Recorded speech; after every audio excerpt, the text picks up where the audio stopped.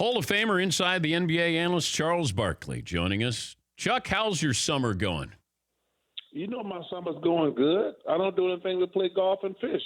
You know it's going good. What are you better at, fishing or playing golf? Well, you get to drink and smoke when you. I drink more when I play golf, and it's more fun playing with the guys. Listen, golf is always my thing, man. As long as I smoke 2 or 3 stogies and drink a little bit, I'm happy. I give you credit, though. You love the game so much, and I know that your golf numbers don't reflect your love for the game or the time you put into it. But what is it about that makes you keep coming back? I get to get away from people. When you go to the supermarket, people want to talk to you. When you go to the dry cleaner, people want to talk to you. Fishing and golfing, you just with your guys. There's nobody around. There's no autographs. There's no pictures. That's what's great about golf and fishing. Do you get embarrassed at all with golf? Hell no. No? Why? No. Well, because I'm out there just to get peace and quiet, man. Do I wish I could be great at golf again? Yes. But the main thing, the reason I started playing golf, because, I've been in the limelight since I was 18 years old. It wears you down, man. Think about it. I've been in the limelight since I was 18. Now I'm 55. You just need a break, man. I mean, because, part of it is autograph, part of it is pictures. I think you should always sign autographs. I think you should always take pictures. But, man, you got to admit, sometimes you just want to be left the hell alone. Are you following what's going on in the NBA in the offseason? Vaguely. I'll check in on the mothership at the end of the day and see what's happening. When I said mother, I mean mother. But I'll check in. But I don't sit around. I'm not one of these idiots who sit around and worry about it every day, because whatever happened during the summer don't mean anything. You got a month when preseason starts, so you can figure it out then. Handicap the trade then with DeMar DeRozan and Kawhi Leonard. Make sense of it. That's a great trade for both teams. I think it's great for the Spurs. DeMar's a hell of a player. That kid Jacob Poto, I think is how you pronounce his name. He's a hell of a player. I mean, so it's a great trade by the Spurs. And, I think, listen, you take your hat off to Masai up in Toronto, who's arguably one of the 2 or 3 best general managers in the league. He's taking a swing for it. So they're better. Both teams are probably better than they were yesterday. And it's going to be great for the Spurs, because they're going to have those guys for the next 5 years or more, at least 3 years with DeMar. But listen, it's up to the Raptors, and Kawhi's going to realize Toronto is one of the 2 or 3 best cities in the world. It's my favorite city. I don't know if he want to stay there, but it's my favorite city. It's right up there with Chicago, in my opinion, as the best cities around. And if they can convince him to stay, they're right there with the Celtics and the Sixers. That's the 3 best teams in the Eastern Conference.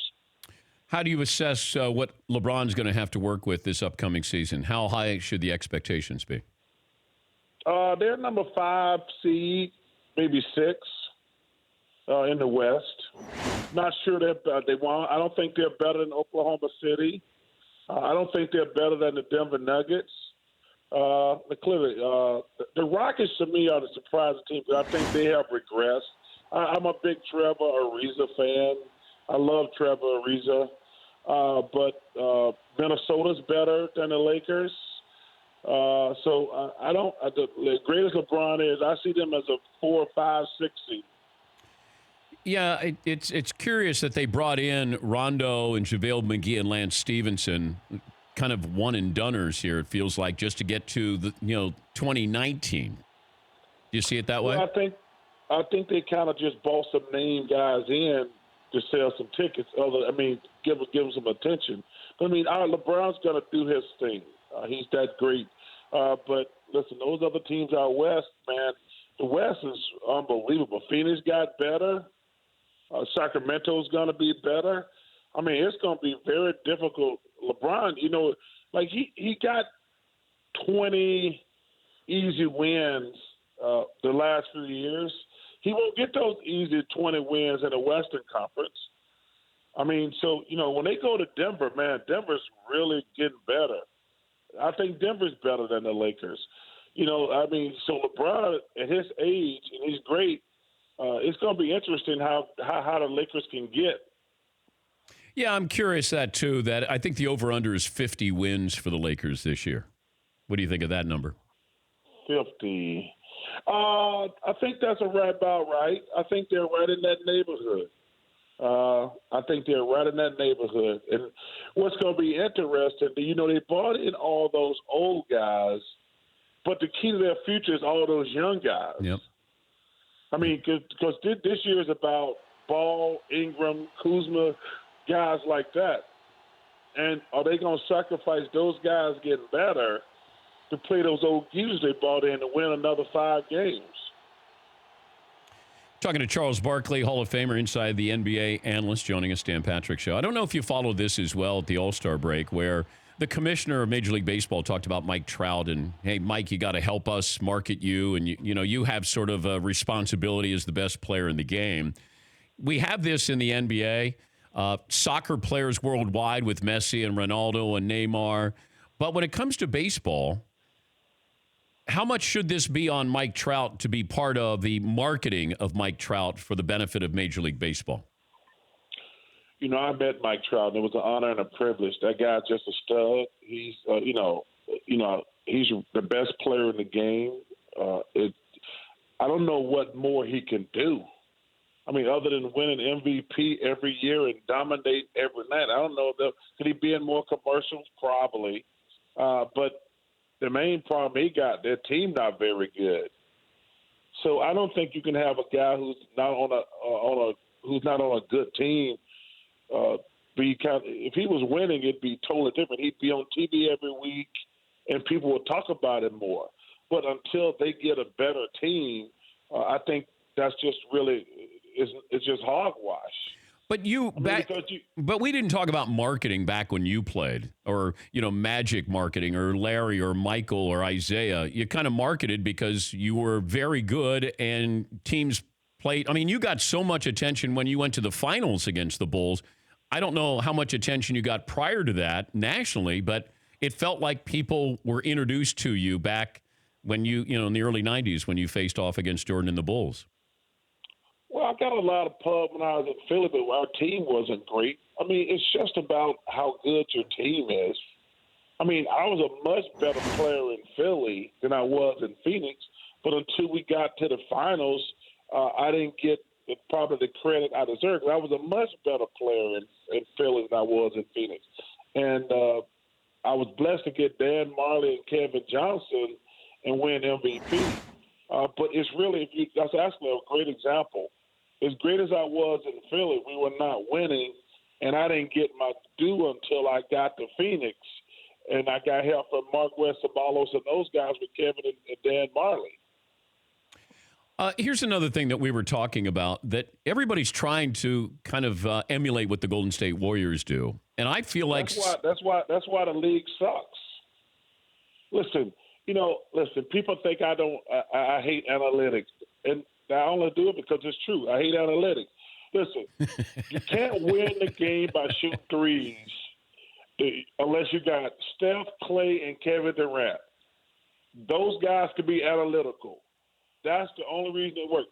Now they've totally taken the big guy out the game, which if I played against the Warriors, I'd beat them up physically inside.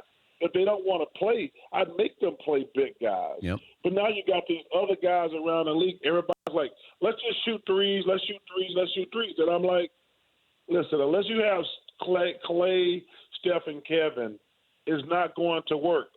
And that's the way it's working now. If you got those guys, these guys probably should have won 4 championships in a row if Draymond not out there fouling people.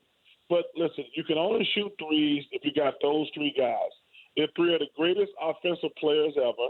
And even if you go back and look, they don't even have to play great, but one of those guys can make enough threes on a given night to make them pretty much unbeatable.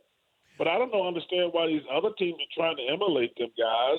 because they don't have those three guys. Yeah, that's my point. Is I think somebody's going to do a counterattack, and I want to get Golden State's attention where you have to play defense on my guys, on our style, instead of, Golden State makes you play their game. You get sucked into it. LeBron tried to build a Golden State in the East, and you didn't have the talent to be able to go head-to-head with them. But I get the feeling that somebody's going to go, all right, we're going to play good perimeter defense, and we want you to guard our bigs down below, and let's take our chances here.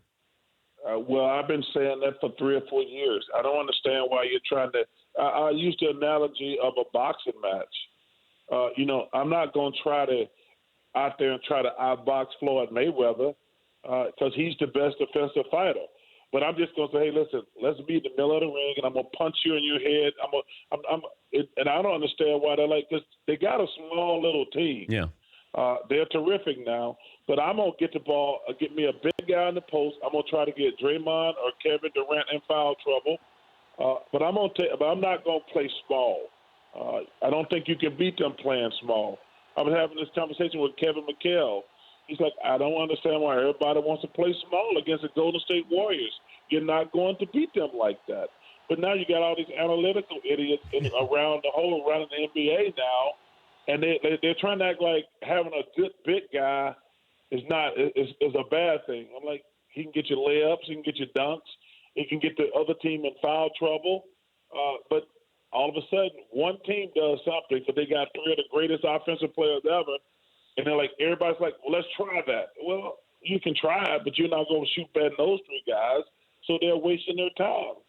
I thought the Lakers were going to go after DeMarcus Cousins. I thought that you could take a chance on him, like Golden State's doing, and if you could, I don't know, it just felt like that if you're going to play something different than Golden State, then DeMarcus Cousins is available at a good price.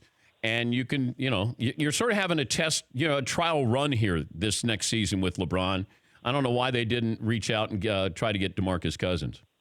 Not just him, a lot of NBA teams. DeMarcus Cousins is a hell of a player. And if you could get him for $5 million for 1 year, it should have been 15 teams who were right there, who, like, maybe not went championship level, but, like, maybe we can win the East.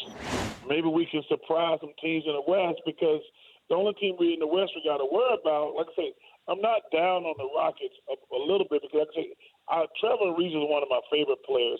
They're going to miss him. The Rockets are going to miss him. So I think they take a step back. But if I'm one of those other 3 or 4 teams in the West, and I can get DeMarcus Cousins for $5 million, because 2 things. Number one, he's going to be motivated, because number one, he's mad, and secondly, he's got to play well to get another big contract. Yep.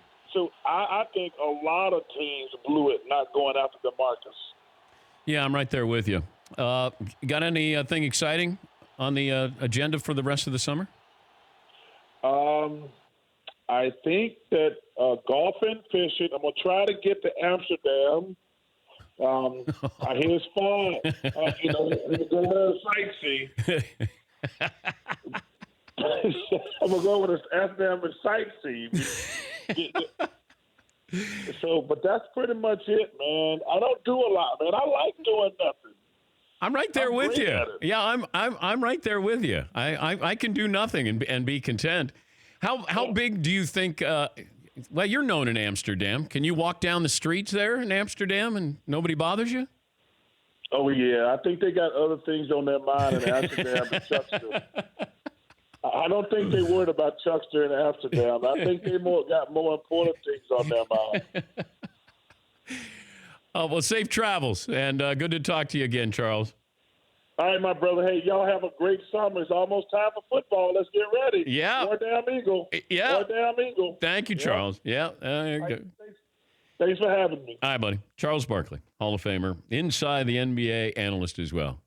Going to Amsterdam. What could go wrong for Charles going to Amsterdam there? For more Dan Patrick Show, tune to Audience Channel 239 on DirecTV or download the Dan Patrick Show app.